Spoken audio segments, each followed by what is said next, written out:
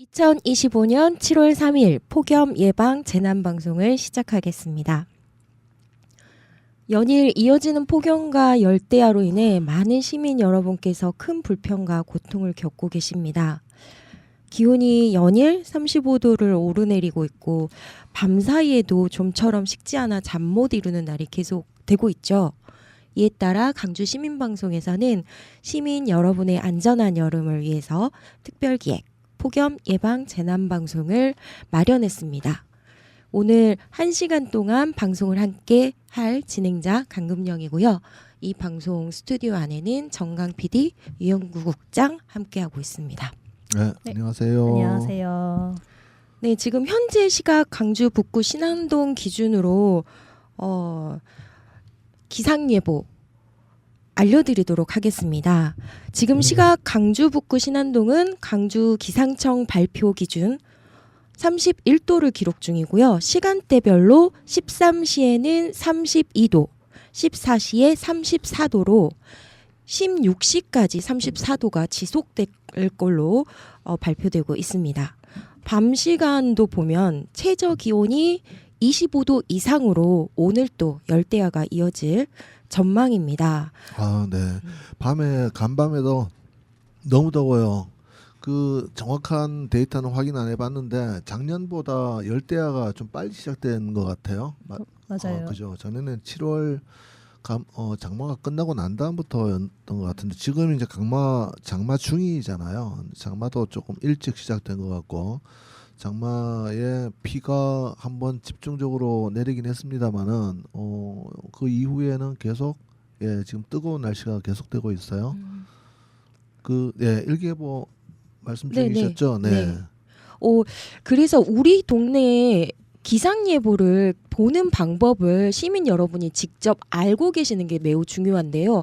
같은 강주광역시라 하더라도 신안동, 운암동, 북구, 서구, 광산구별로 되게 차이가 나고 예측이 불가능하기 때문에 오늘은 또 폭염 예방 방송인 만큼 폭염특보에 대해서 알고 계시면 좋을 것 같아요. 폭염특보에는 주의보와 경보가 있죠. 네, 이걸 좀 설명해 주실 수 있을까요? 네, 그 아마 그 폭염 특보에는 이제 주의보와 예보로 주의보와 경보로 나뉘어지게 되는데요. 현재 경보 상태죠. 그러니까 35도씨 이상이 이틀 연속되었을 때 이제 경보, 그리고 33도 이상이 이틀 연속 이렇게 발효되었을 때 주의보가 되는데요. 현재 그 가장 낮 기온이 가장 높은 온도가 35도까지 치고 가고 있기 때문에 광주 일대는 경보가 지금 내려져 있고요. 전남 각 지역별로는 경보 또는 주의보가 내려져 있는 상황입니다. 네, 한 번 더 정리해드리면 주의보는 33도 이상인 상태가 2일 이상 지속될 때 주의보가 내려지고요. 경보는 35도 이상 상태가 2일 이상 지속될 때 예상될 때 경보가 내려진다고 합니다. 이렇게 예전에는 주의보 경보 기준이 이랬는데 요즘은 이 기준이 정말 일상의 온도가 되고 있어요. 좀 변화되는 것이 몸소 느껴진다고 많이 말씀하시죠. 맞아요. 10년 전쯤만 하더라도 폭염 경보가 이렇게 딱 발령이 나면 엄청 덥다, 막 우리나라 막 불타는 거 아니냐, 막 이런 농담도 하고 다 그랬는데 요즘 들어서는 폭염 경보가 그냥 일상화되는 느낌? 매 여름마다. 그래도 제가 작년에도 많이 더웠던 걸로 기억하는데 작년에도 폭염 경보가 그래도 한 10일 이상은 나오지 않았나 기억을 하고 있어요. 네. 요즘 일상에서 느껴지는 그 열대야나 폭염으로 인해서 좀 변화를 좀 느끼시나요? 제가 집이 이제 시골에 살고 있는데요. 이제 제가 막 이사 올 때가 10년 전이었는데 그때가 저희 집이 산 언덕 위에 위치해 있어서 되게 그늘지고 시원한 편이에요. 그래서 여름에 에어컨도 필요가 없었고 선풍기로만 버티던 때가 있었거든요. 그래서 몇 년 정도 있었는데 이제 나날이 갈수록 점점 선풍기로는 버티기 힘든 그런 날이 온 거예요. 밤에도 저희가 이제 밤 최고 기온이 22도를 넘어가지 않았는데 요 몇 년 사이는 막 26도도 찍고 예, 그런 시골임에도 불구하고 온도 이게 열대야가 좀 더 심각해지는 게 몸에 와닿고 어제도 사실 더워서 잠을 잘 자지 못했습니다. 저도 좀 웬만하면은 에어컨을 안 틀어보고 지내려고 하는데 이 그 갈등이 되게 심화되고 또 그걸 못 견디다 보니까 가족들 모두 이렇게 좀 무기력해졌다 그래야 될까요? 할 일을 잘 못하고 되게 힘들어하고 계신데 이제 만나는 분마다 폭염으로 인해서 일상이 매우 힘들다 이런 말씀 많이 해주고 계십니다. 네, 그래서 그 기준도 기준인데 이제 체감 온도라는 게 있어서 그리고 이제 이 재난 안전 대책의 재난 대응 단계를 좀 보게 되면은 예보상 그 기상청의 일기 예보상에는 주의보와 특보가 주의보와 경보로 나뉘어지게 되는데 이 재난에 대응하는 즉 폭염에 대응하는 위기 경보는 또 관심, 주의, 경계, 심각 이렇게 4개 단계로 나뉘어집니다. 그래서 이 관심 단계는 상시 이제 대비를 하는 단계가 될 테고요.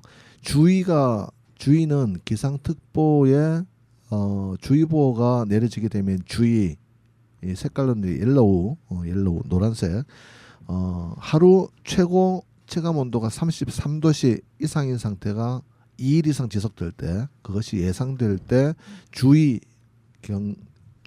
위기 경보가 내려지게 되고요. 경계 위기 경보는요.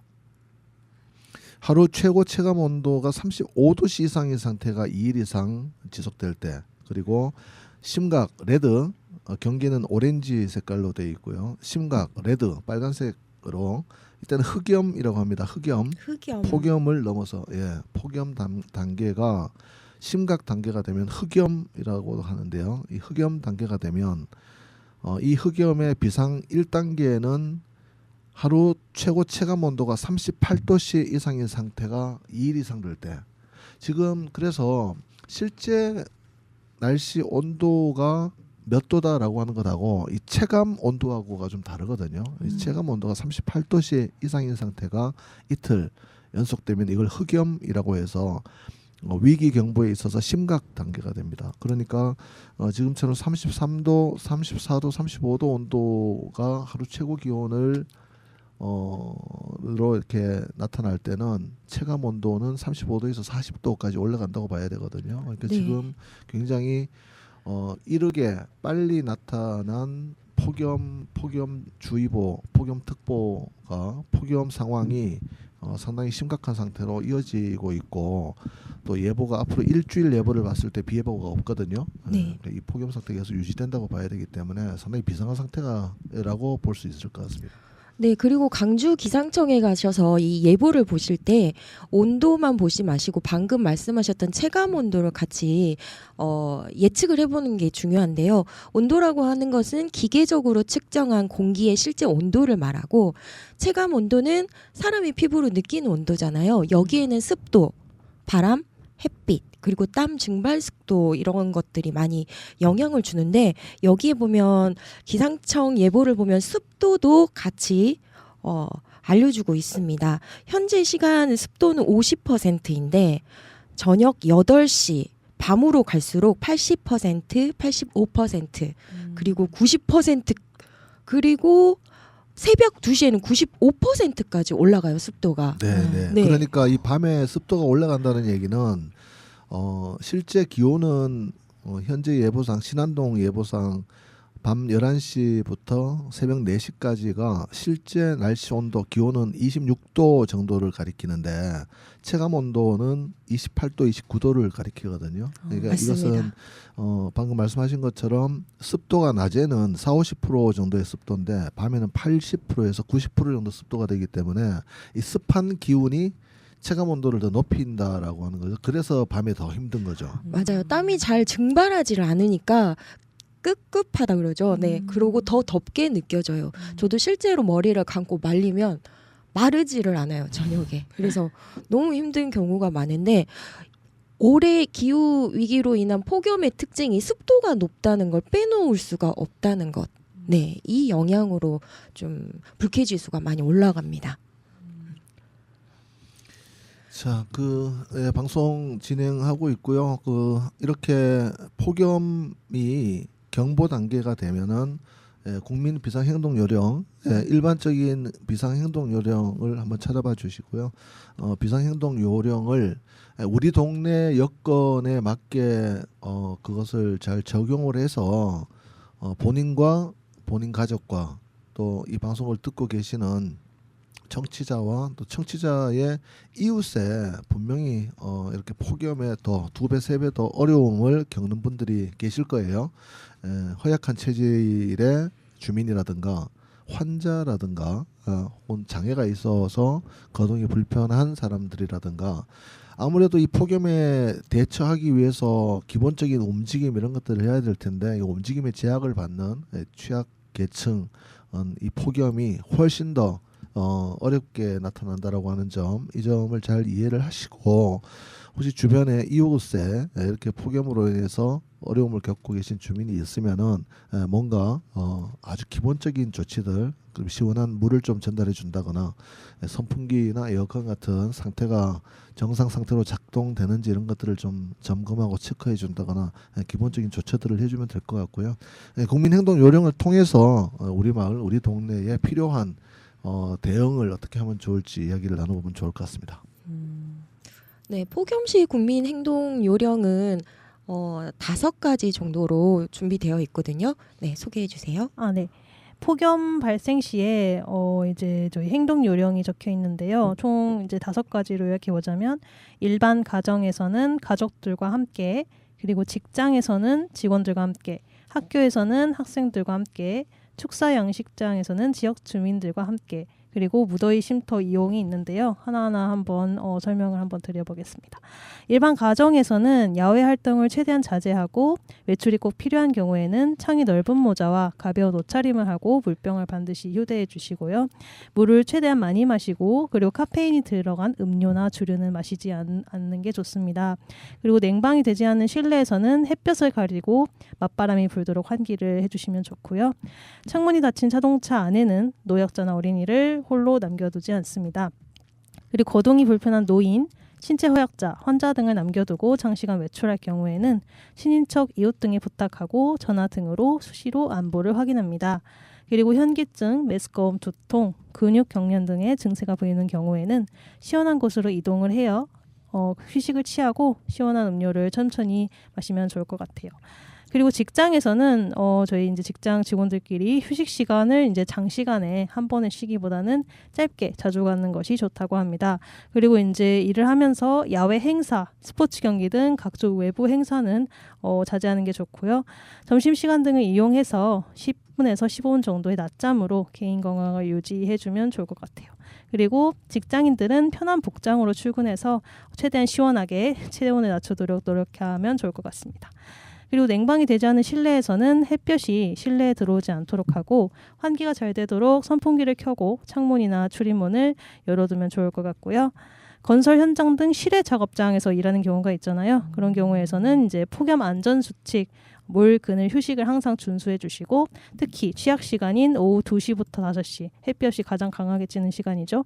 무더위 휴식 시간제를 적극 시행합니다. 그리고 학교에서는 저희 학생들끼리 학생들과 함께 해주면 좋을 것 같은데요. 초중고등학교에서 에어컨 등 냉방장치 운영이 곤란한 경우에는 단축 수업, 휴교 등 학사 일정 조정을 검토하고 또 식중독 사고가 발생하지 않도록 주의해 주시면 좋겠습니다. 그리고 냉방이 되지 않는 실내에서는 햇볕이 실내에 들어오지 않도록 하고 환기가 잘 되도록 선풍기를 다 켜고 창문이나 출입문을 열어두면 좋을 것 같아요. 그리고 운동장에서의 체육 활동 및 소풍 등 각종 야외 활동을 자제하면 좋을 것 같습니다. 그리고 4번째로 축사 양식장입니다. 축사 창문을 개방하고 지속적인 환기를 실시하며 적정 사용 밀도를 유지합니다. 또 비닐하우스, 축사 천장 등에 물 분무 장치를 설치하여 복사율을 낮추고요. 양식 어류는 꾸준히 관찰을 해주시고 얼음을 넣는 등 수온 상승을 억제해 주시면 좋을 것 같습니다. 그리고 가축 어류 폐사 시 신속하게 방역기관에 신고하고 조치에 따릅니다. 마지막으로 무더위 쉼터 이용이 있는데요. 외부에 외출 중인 경우나 자택에 냉방기가 설치되어 있지 않는 경우 가장 더운 시간에는 인근 무더위 쉼터로 이동하여 더위를 피한다. 예전에는 무더위 쉼터가 많이 보이지 않았는데 요즘 들어서 도로에 큰 도로가에 조금씩 생겨 있는데 평소에 무더위 쉼터 위치를 좀 잘 체크를 해주시고 더우시면 그쪽으로 이동하시는 것도 좋은 방법일 것 같습니다. 무더위 쉼터는 안전 디딜돌 앱, 시군구 홈페이지 등에서 확인할 수 있으며 평소의 위치를 확인해 둡니다. 네, 여기까지 5개의 폭염 발생 시 행동 요령이었습니다. 네, 잘 들었습니다.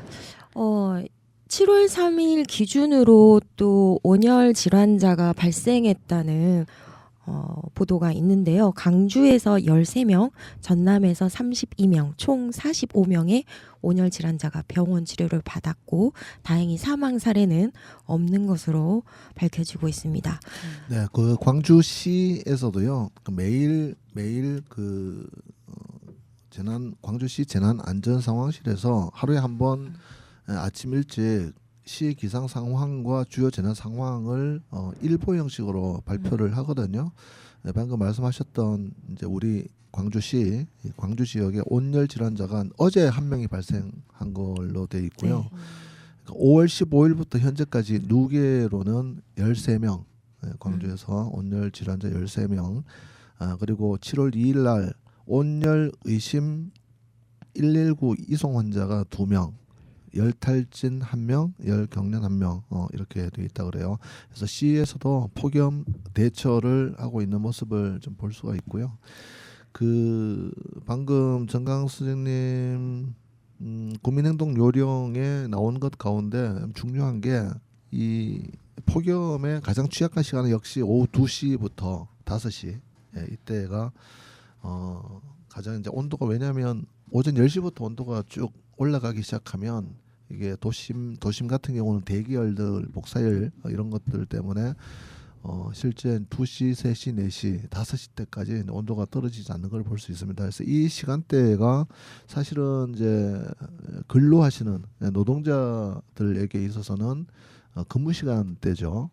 특히 야외 근무하는 그래서 바깥에서 이동을 하는 택배 노동자라든가 혹은 라이더 일을 하시는 분들 그리고 공장에서 일을 하는데 이제 공장에 이렇게 환기 상태나 그 냉방 상태가 안 좋은 공장들이 많이 있을 거예요. 네. 이런 데서 일하시는 분들에게는 이 무더위 휴식 시간제라고 하는 것도 제도적으로 되어 있고요. 그래서 이럴 때는 충분히 휴식을 해가면서 사고가 생기지 않도록 그렇게 하는 게 되게 중요할 것 같습니다. 네, 그 안전 요령에도 축사 양식장 안전 요령도 나왔는데 다행히 사람은 사망 사례나 이런 것들은 없지만 엿새째 폭염 특보가 이어지고 있으면서 온열 환자 외에도 가축 폐사 사례가 늘어나고 있습니다. 3일 전남도에 따르면 2일까지 접수된 가축 폐사 피해는 총 34,674마리, 71개의 농가로 집계가 되고 있고요. 집단 폐사 가축에서 닭이 31,600마리로 가장 많다고 합니다. 네. 3만 마리나 벌써. 지금 강도윤 방송활동가님이 전화를 주셨는데 우리 방송활동가님들한테 전화를 받아보겠습니다. 그러니까 혹시 계신 곳에 폭염 정보를 알려달라고 말씀드렸는데요. 네, 여보세요. 끊겼습니다. 다시 전화가 오겠죠. 네. 강도윤 활동가님 방송 같이 듣고 계시면 다시 전화 주시면 연결하도록 하겠습니다. 자, 그렇게 그리고 아마 학교가 지금 학기 중이죠. 아직도 아직 방학을 안 했죠. 7월 네. 24일 뭐 그 앞뒤로 네. 그렇게 다 방학이 계획돼 있다고 듣고 있습니다. 네. 근데 요즘 학교 시설이 뭐 대부분의 냉방 장치 이런 게 다 갖춰져 있는 걸로 알고 있는데 혹시나 냉방 장치가 없는 교실이나 공간에서 수업을 하는 경우도 있을 거예요. 이럴 땐 학교에서 학교 선생님들의 지도하에 이렇게 안전하게 교육 환경이 되거나 아니면 쉴 수 있도록 이렇게 좀 해주는 게 그리고 뭐 이렇게 폭염이 상황에서 야외 체육 활동이나 뭐 이런 수업을 당연히 하지는 않겠죠. 학생들의 학교에 있는 학생들도 폭염에 만에 하나 작은 피해라도 없도록 이렇게 학교에서도 각별하게 신경을 좀 써주시고요. 국민행동요령 동영상이 준비되어 있나요? 네. 국민행동요령 폭염 시 기본적으로 해야 될 행동요령 듣고 다시 돌아오겠습니다. 연일 계속되는 폭염으로 해마다 온열 질환자는 급등하고 있고 급기야 지난 2018년에는 기록적인 폭염으로 인해 48명의 사망자까지 발생했습니다. 이렇듯 폭염으로 인한 피해가 점차 늘어남에 따라 2018년 자연재난으로도 지정되었는데요. 폭염, 한자로 풀이해보면 사나울 폭에 불꽃염, 한마디로 불볕더위를 말합니다. 단순한 더위가 아닌 재난으로 우리의 생명을 위협하는 폭염. 폭염으로부터 우리의 안전을 지키는 방법에 대해 알아봅니다.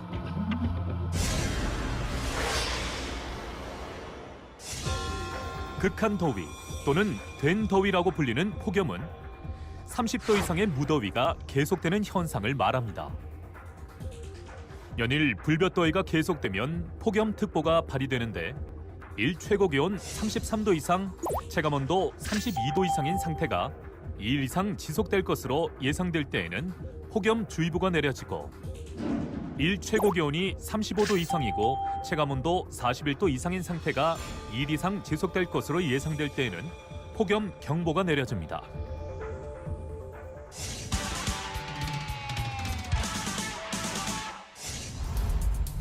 이러한 폭염에 장시간 노출되다 보면 우리 몸의 체온 조절 시스템에도 이상이 생겨 온열 질환을 유발하게 됩니다.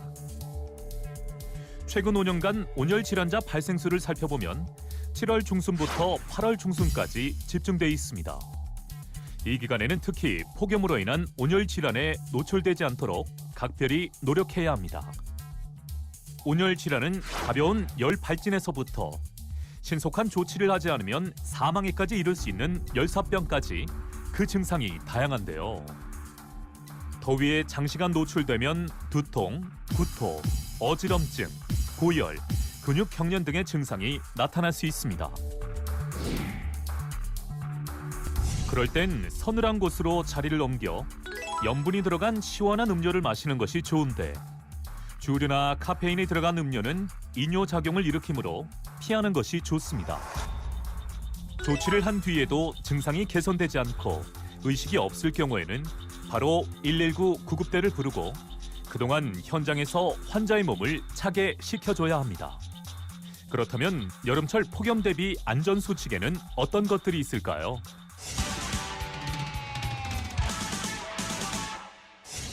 (7월) 중순부터 (8월) 중순까지 무더위가 계속되는 여름철에는 TV, 라디오, 인터넷을 통해 무더위와 관련된 기상 상황을 수시로 확인해야 하며 집에서 가까운 병원의 연락처를 사전에 확인하고 가족의 건강을 수시로 점검해야 합니다. 폭염이 계속되면 전기 사용량이 급증해 정전 사고가 발생하는 경우가 종종 있으니 손전등과 부채를 미리 준비합니다. 계속되는 무더위로 물 사용량이 급증해 수돗물 공급이 중단되는 사태를 대비해 생수를 넉넉하게 준비하고 충분한 양의 생활용수를 욕조에 미리 받아두어야 하며 창문에 커튼이나 천을 이용해 집으로 들어오는 직사광선을 최대한 차단해 집안 온도를 낮추는 것이 좋습니다. 또한 차량을 이용해 장거리 운행 계획이 있다면 도로의 변형으로 교통사고가 발생할 수 있으니 신중히 검토해야 합니다.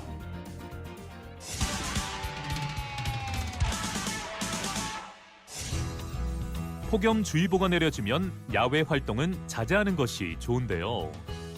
부득이 외출할 경우에는 챙이 넓은 모자 착용 및 가벼운 옷차림을 하고 평소보다 물을 많이 마시되 너무 달거나 카페인이 들어간 음료 및 주류는 피합니다. 냉방이 되지 않는 실내의 경우 햇볕이 실내에 들어오지 않도록 조치를 하고 맞바람이 불도록 환기를 시킨 후 선풍기를 이용해 더위를 식힙니다.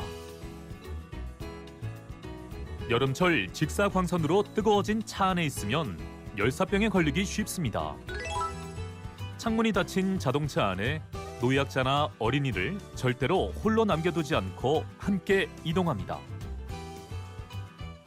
현기증과 메스꺼, 두통, 근육경련 등 온열 질환 증상이 보일 경우 시원한 곳으로 이동해 휴식을 취하고 시원한 음료를 마시며 안정을 찾는 것이 좋습니다. 폭염주의보보다 한 단계 높은 폭염경보가 내려지면 12시부터 4시 사이에는 야외 활동을 삼갑니다.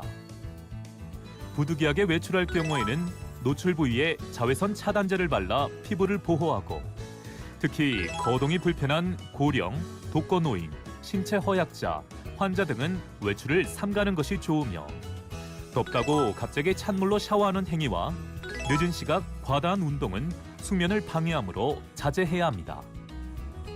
자택에 냉방기기가 설치되지 않은 경우에는 인근 무더위 쉼터를 이용할 수 있는데요.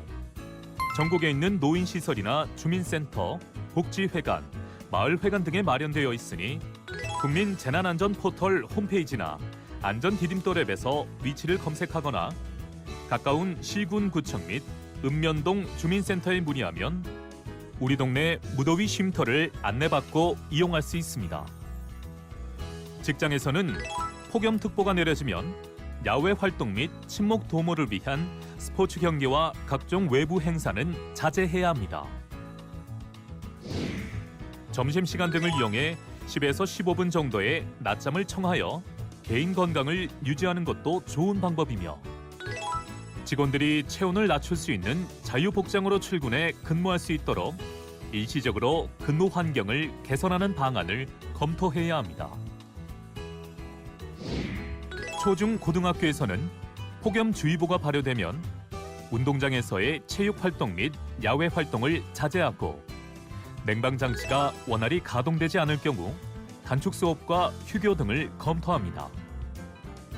학교 급식 시에는 여름철 식중독 사고가 발생하지 않도록 각별히 주의해야 하며 학생들도 수시로 손을 씻고 개인 위생에 더욱 신경 써야 합니다. 폭염 속에서 건강하게 여름을 나기 위해서는 다음을 기억하세요. 물은 자주 마시고 항상 시원하게, 휴식은 충분하게 매일매일 기상 정보를 확인하는 습관을 지니는 것이 좋습니다. 여기에 하나 더. 폭염에 취약한 부모님과 가족에게 안부 전화를 자주 걸어 건강을 살피고 우리 주변 이웃의 안전에도 주의를 기울여 다 함께 건강한 여름을 날 수 있도록 준비합니다. 인간의 욕심이 만든 지구 온난화. 지구의 온난화가 만들어낸 침묵의 살인자 폭염. 폭염은 재난입니다.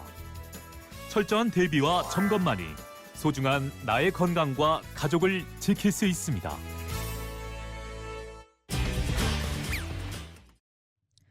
네, 국민 안전수칙, 우리의 생명을 위협하는 폭염 대비 안전수칙 함께 듣고 왔습니다.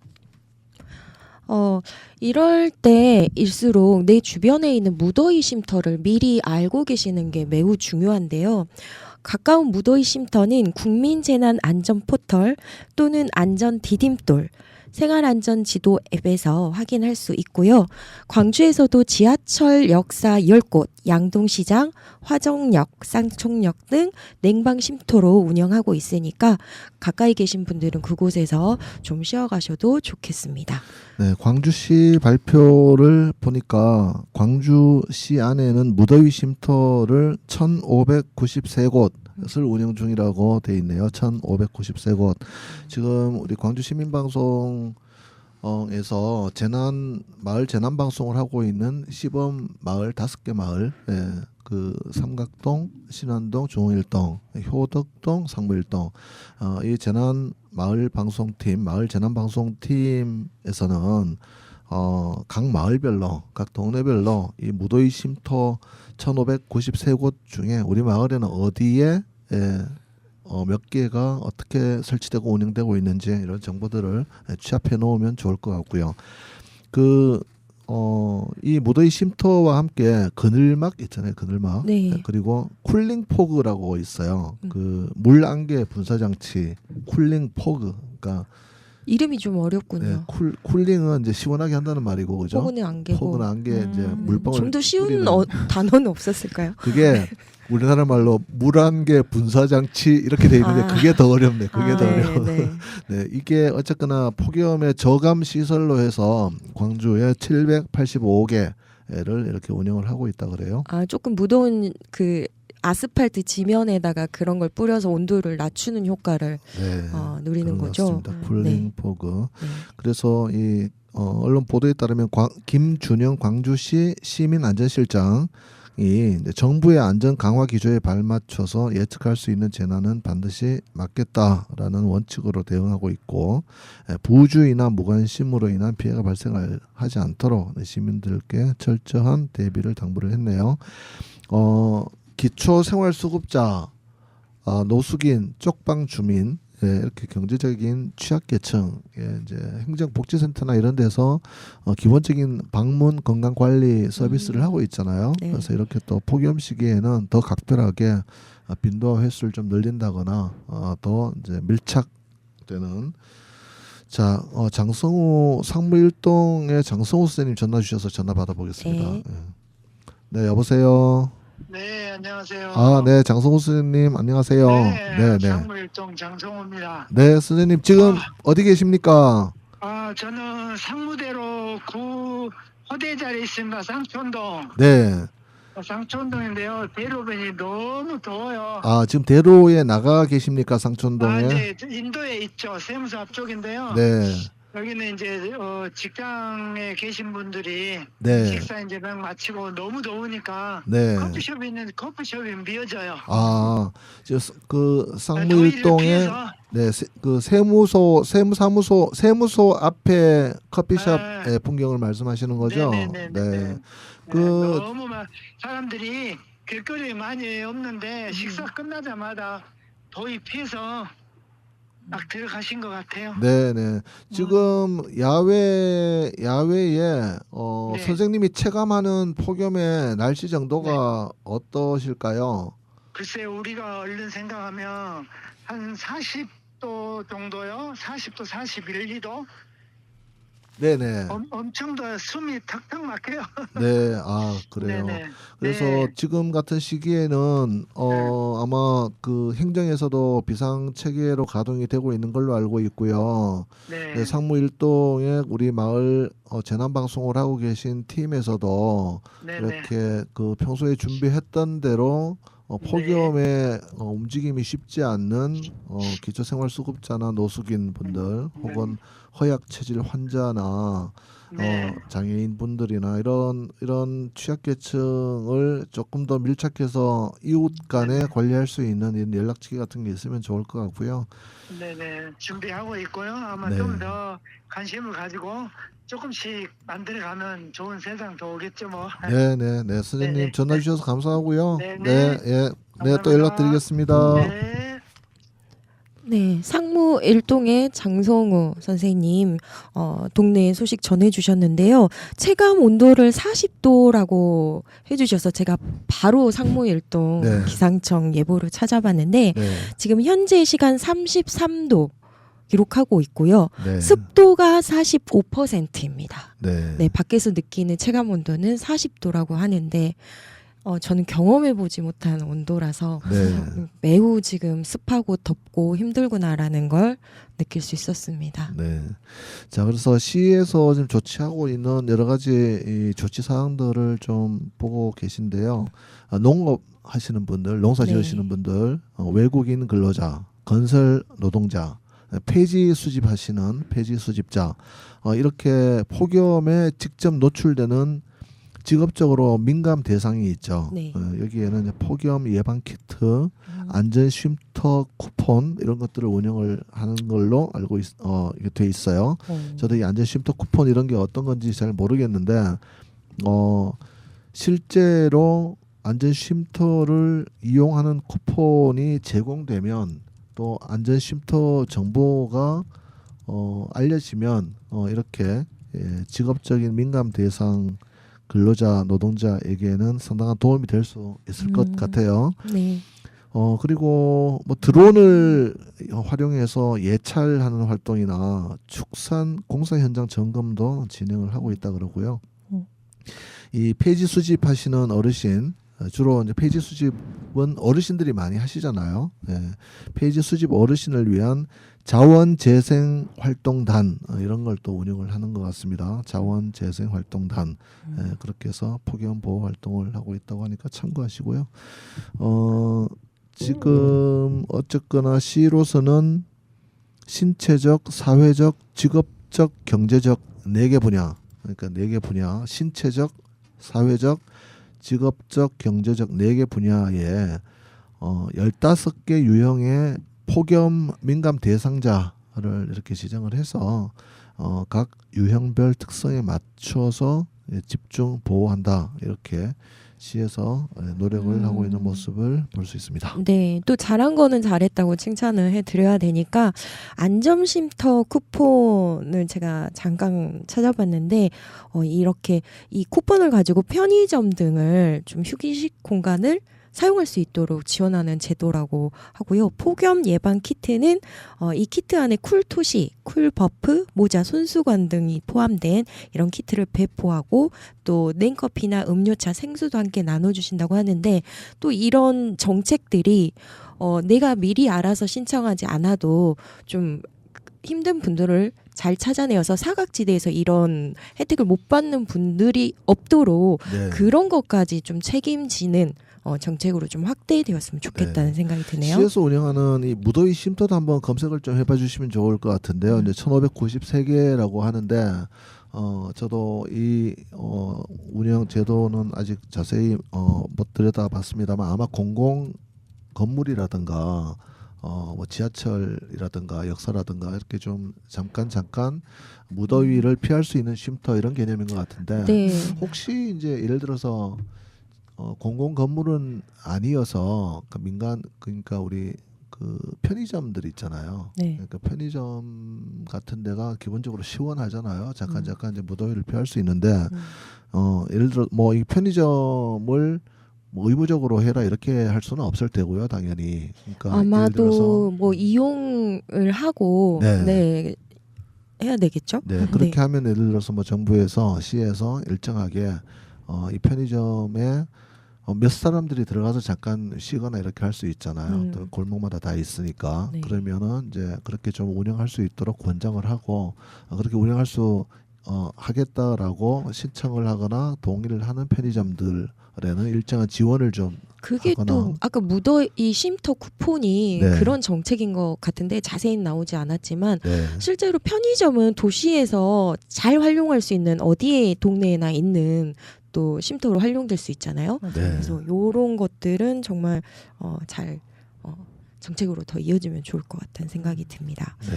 그리고 무더위 쉼터 찾는 방법으로는 또 국민재난안전 포털에 접속해서 이렇게 하셔도 되는데 기본적으로 주민센터 그리고 공공기관 은행 같은 거죠. 네, 요런데 그리고 도서관 이런 것은 쉼터라고 생각하시면 찾기 어렵지 않으실 수 있어요. 네. 혹시 그런데 쉼터를 이용해 보신 적이 있으신가요? 주민센터. 주민센터는 안 네. 가봤고요. 네. 길거리에 있는 이제 무더위 쉼터를 종종 이제 이동할 때 이용하긴 했습니다. 이제 2시부터 5시가 제일 그 취약 시간이잖아요. 그때 이동할 때 햇빛이 너무 많이 쬐는데 그거 무더위 쉼터 펼쳐져 있는데 잠깐 들어가서 잠깐 쉬는데 그 몸의 체감 온도가 싹 내려가는 느낌이 들더라고요. 그래서 상당히 좋았던 기억이 있습니다.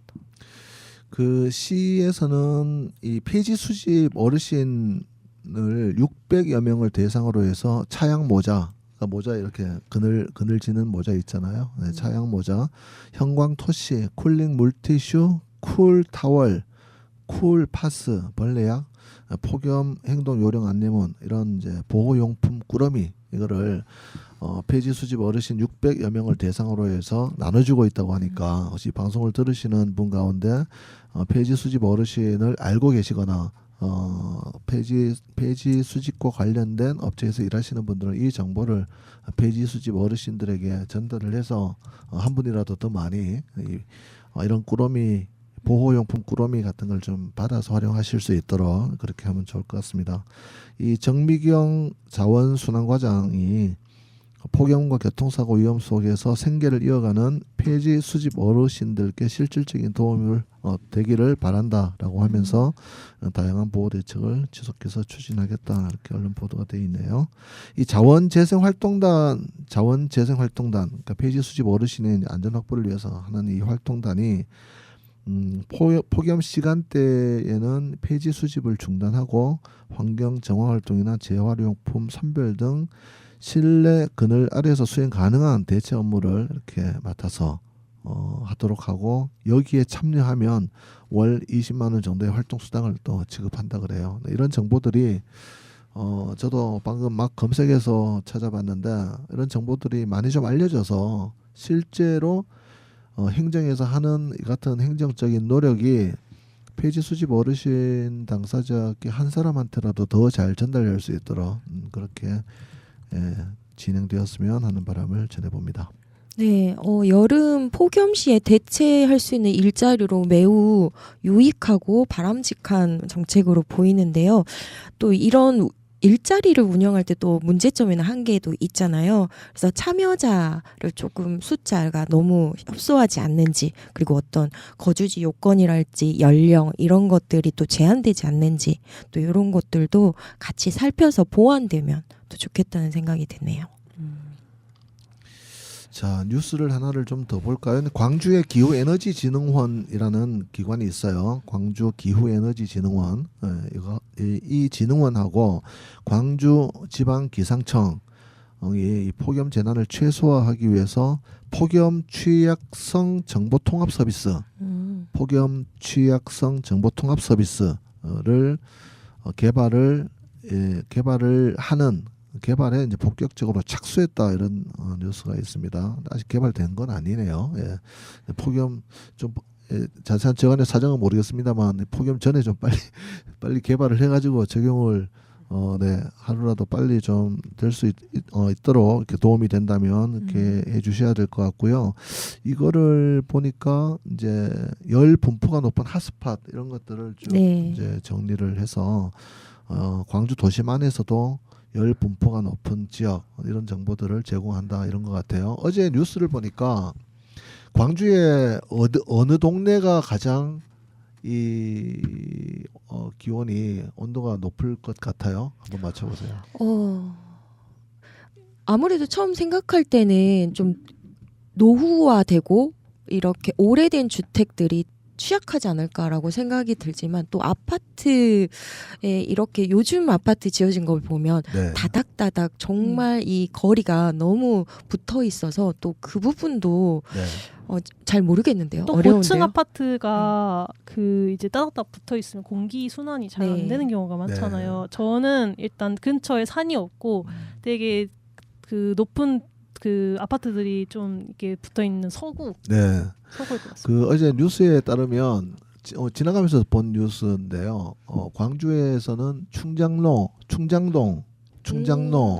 그리고 동구가 그 5개 구 가운데에서는 이제 온도가 가장 높은 걸로 나와 있고요. 평균적으로 아파트 쪽보다는 노후 주택 동네 있잖아요. 그러니까 1, 2층짜리 그 빌라, 맨션 주택 이런 같은 거. 거. 이런 여기가 왜냐하면 그 지면 노출이 많기 때문에 지면의 복사열과 대기열 이런 것들이 많이 발생을 한다 그래요. 그래서 생각보다 아파트 쪽 이런 데보다는 그쪽 이렇게 노후화된 구옥이 많은 그런 동네 이런 동네가 비교적 이제 더 이제 온도가 더 높은 이렇게 좀 돼 있다 그래요.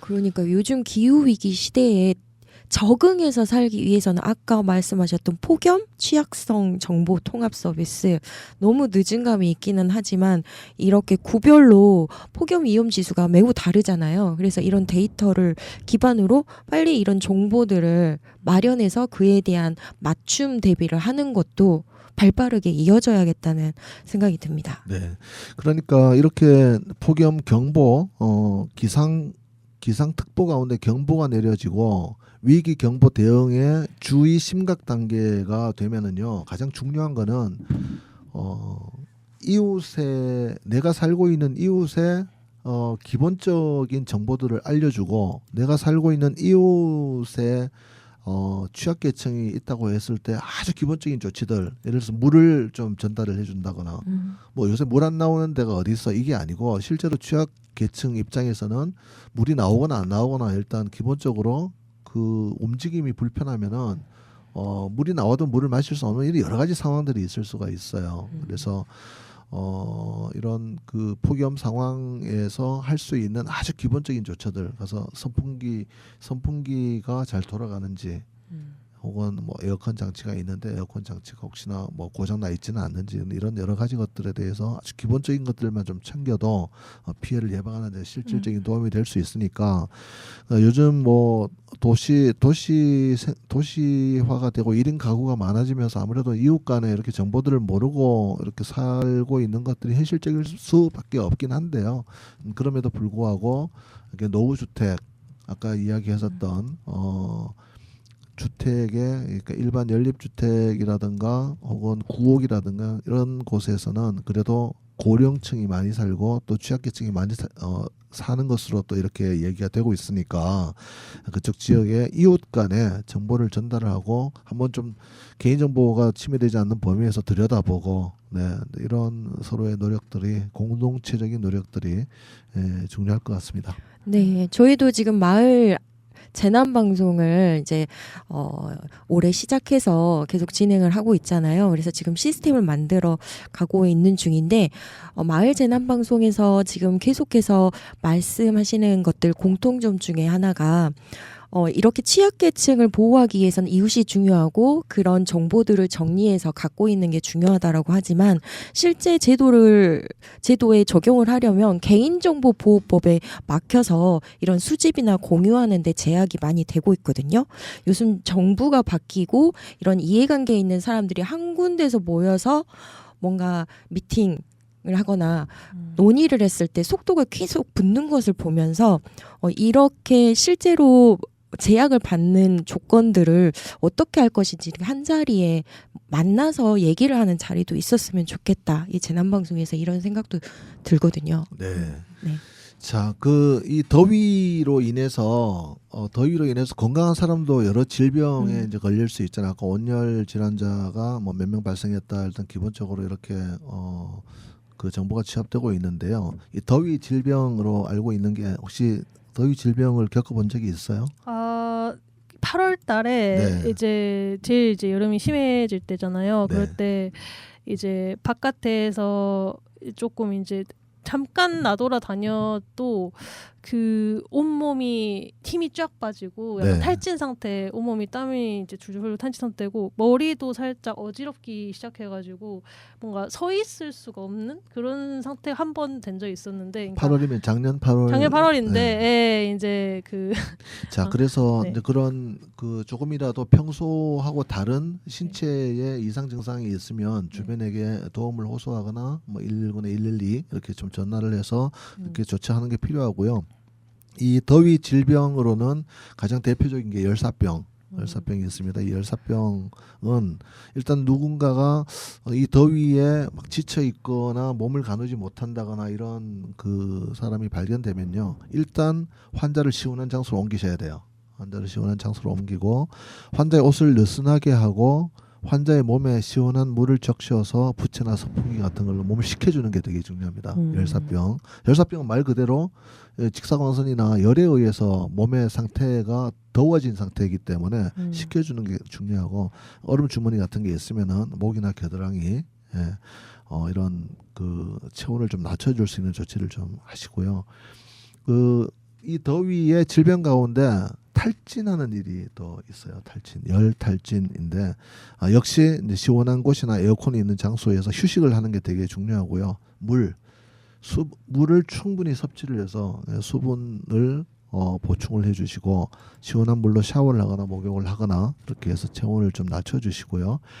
이 열 탈진이 증상이 1시간 이상 계속 지속되는 것 같아. 그러면은 가까운 병원에 꼭 가셔서 병원에서 수액을 통해서 수분이나 전해질을 보충해주는, 이 밖에도 열 경련, 열 실신, 열 부종, 열 발진과 땀띠, 이런 평소에 폭염으로 인해서 열 관련된 질환, 질병들 이것도 상식적으로 좀 알아두시고 조금이라도 몸이 이상하시면 아프지 않도록 이렇게 잘 관리하시는 게 좋을 것 같아요. 제가 작년 8월에 이제 일어났던 현상은 여기 적혀 보니까 열 탈진이었네요. 네, 어지럼증과 극심한 무력감, 땀을 많이 흘리는 조심해야 됐겠습니다.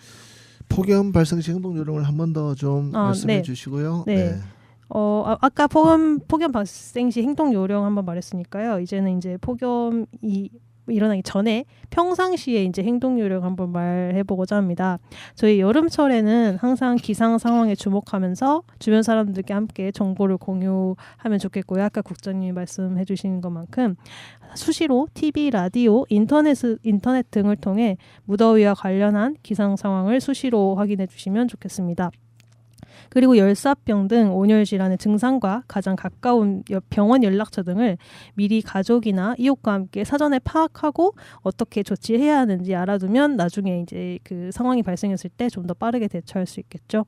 집에서 가까운 병원 연락처를 알아두고 본인과 가족의 열사병 등 증상을 확인하고요.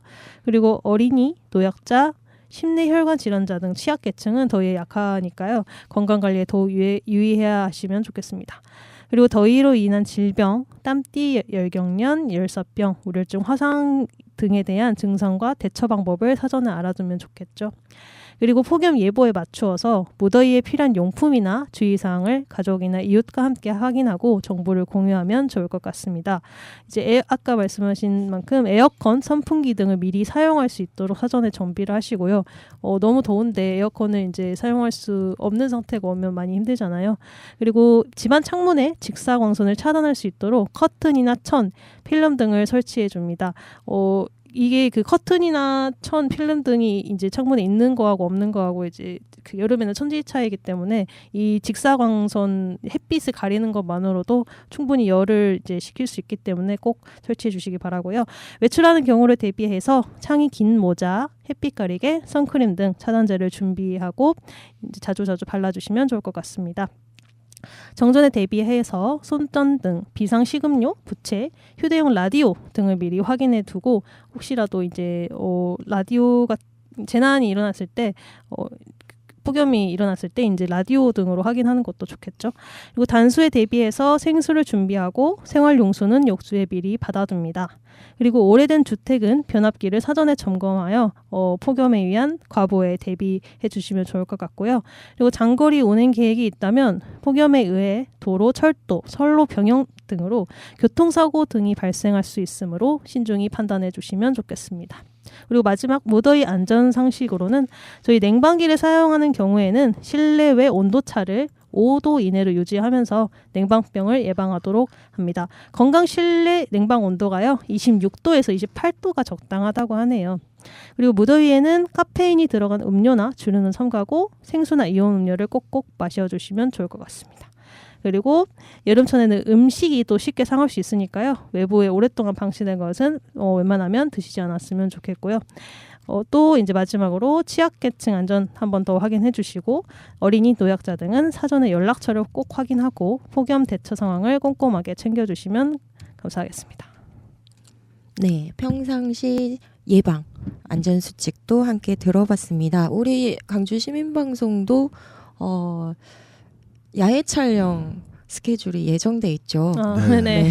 오늘 저는 이제 좀 오늘 예방 방송이 저희 직장에도 이렇게 도움이 될 거란 생각 못 했는데 오늘 이 방송 진행하면서 체크리스트를 다시 짜서 촬영 시에 어려움이 없도록 해야겠다라는 생각이 들었습니다. 네, 그 말씀에 그러니까 지금 일기예보가 앞으로 열흘 동안 비가 없어요. 그리고 예보상에 그 신안동 기준으로 해서 매일 낮 최고 기온이 33도를 웃돌거든요. 그러니까 앞으로 열흘 동안 이 온도가 계속된다는 거는 아마 체감 온도는 더 계속해서 이렇게 상승되어지는 그런 더 열대야도 계속될 것 같고요. 그래서 이제 시작인 것 같습니다. 시작인 것 같고 아마 작년 그러니까 그런 말이 있잖아요. 요즘 기후 변화에 따라 가지고 올해가 가장 시원한 해. 뭐 이런 말을 많이 하잖아요. 작년에도 그런 얘기를 했는데 아마 올해가 또 내년보다 더 근데 이제 가면 갈수록 상황은 좀 나빠질 것 같고요. 방금 말씀하신 것처럼 우리 방송국도 다음 주 9일 날하고 10일 날 야외에서 미렉션 제작이 예정돼 네, 있죠. 사전 제작, 네. 네, 사전 영상 제작. 그거를 좀 시간을 조금 더 시원한 시간대로 좀 변경을 하든가 여러 가지 조금 안전한 조치들을 하고 이렇게 좀 해야 될 것 같고요. 저희 광주 시민방송이 아직까지 이 마을의 마을 정보들, 마을의 재난 방송과 이 체계들을 그 인프라를 구축을 이제 막 하는 단계고 시범적으로 하고 있는데 이 재난 방송이라고 하는 게 정확하고 신속해야 하고 그리고 또 구체적으로 이 마을에서 이 방송을 듣는 사람들이 재난으로 인한 피해를 줄일 수 있는 실질적인 효과가 돼야 되는데 사실 솔직히 말씀드려서 아직 88.95MHz의 재난 방송이 이 라디오 방송을 통해서 얼마만큼의 도움이 되고 있는지에 대해 가지고는 미미하다고 생각은 하고 있습니다. 근데 가장 중요한 것은 마을에 있는 마을 재난 방송팀의 주민들이 우리 마을의 소식을 직접 알릴 수 있는 요 체계들을 앞으로 좀 계속 갖춰 나가야 될 것 같고요. 그리고 가장 그보다 더 중요한 것은 마을의 재난 방송을 하는 사람들과 그 재난 방송을 듣는 마을 주민들이 이웃에 보다 각별하게 이웃을 한 번 더 살펴보고 취약계층의 피해가 발생하지 않도록 그러니까 모두가 안전한 재난으로부터 모두가 안전한 마을을 만든다라고 하는 것은 재난으로부터 피해가 가장 먼저 발생할 수 있는 취약계층이 안전해야 모두가 안전하다는 것이 되잖아요. 그래서 조금 더 각별하게 이 네트워크 공동체적인 연결망을 통해서 마을의 안전이 도모되어지는 그런 게 좀 됐으면 하는 바람을 전하고요. 방송국에서 또 수시로 방송을 통해서 좀 폭염에 지혜롭게 대처해 나가는 그런 대응들을 했으면 하는 바람이 있습니다. 네. 폭염이 단순히 불편한 날씨, 이렇게 나에게 불편함을 주는 것뿐만이 아니라 오늘 방송을 통해서 생명을 위협할 수 있는 재난이 될 수 있다라는 거를 많은 시민분들이 알게 되셨으리라 믿고요. 이런 예방 방송을 통해서 폭염의 위험성을 알고 경각심을 갖는 게 또 우리 예방 방송의 목표이기도 합니다. 오늘 방송에서는 강주 현재 폭염 상황 그리고 기온 정보, 온열 질환의 예방 방법, 그리고 안전 수칙과 무더위 침투 이용, 그리고 취약계층을 위한 정책, 시민들의 제보까지 함께 전해드려봤습니다. 네. 네. 오늘 이 방송을 통해서 저도 몰랐던 이 이제 폭염 시에 뭐 대처 상황이라던가 아니면 미리 예방하는 방법을 더 알 수 있어서 방송 이제 그 예방 차원에서 방송하는 것뿐만 아니라 개인적으로 저도 이렇게 좋은 경험이 됐던 것 같아요. 네. 비상시에는 정강 선생님도 강금영 본부장님도 그러니까 마이크를 빨리 켜고 이 방송 재난 방송을 잘 하는 게 중요한 게 아니라 신속하고 정확하게 있는 상황을 그대로 잘 전달하는 게 중요합니다. 그래서 아직까지 우리가 비상 대응 체계를 방송 대응 체계를 갖추고 있지는 않지만 가능한 범위에서 할 수 있도록 그렇게 서로 노력을 더 해 나가야 할 것 같습니다. 네, 다음 재난 방송 또한 뭐 태풍이나 호우 그리고 폭염이 계속될 시에는 상황에 따라서 예고 없이 편성될 수가 있고요. 또 이 방송 같이 듣고 계시는 마을 방송 하시는 분들도 우리 마을에 좀 위험한 상황이 된다라고 하시면 긴급 재난 방송 요청하셔도 좋겠습니다. 날씨가 계속해서 35도 넘는 무더위가 이어질 것으로 보이니까요. 낮 시간 외출 꼭 자제하시고 물 자주 마시면서 방송과 함께 해주시면 감사하겠습니다. 지금까지 강주 시민방송 폭염 예방 재난방송 전해드렸습니다. 감사합니다.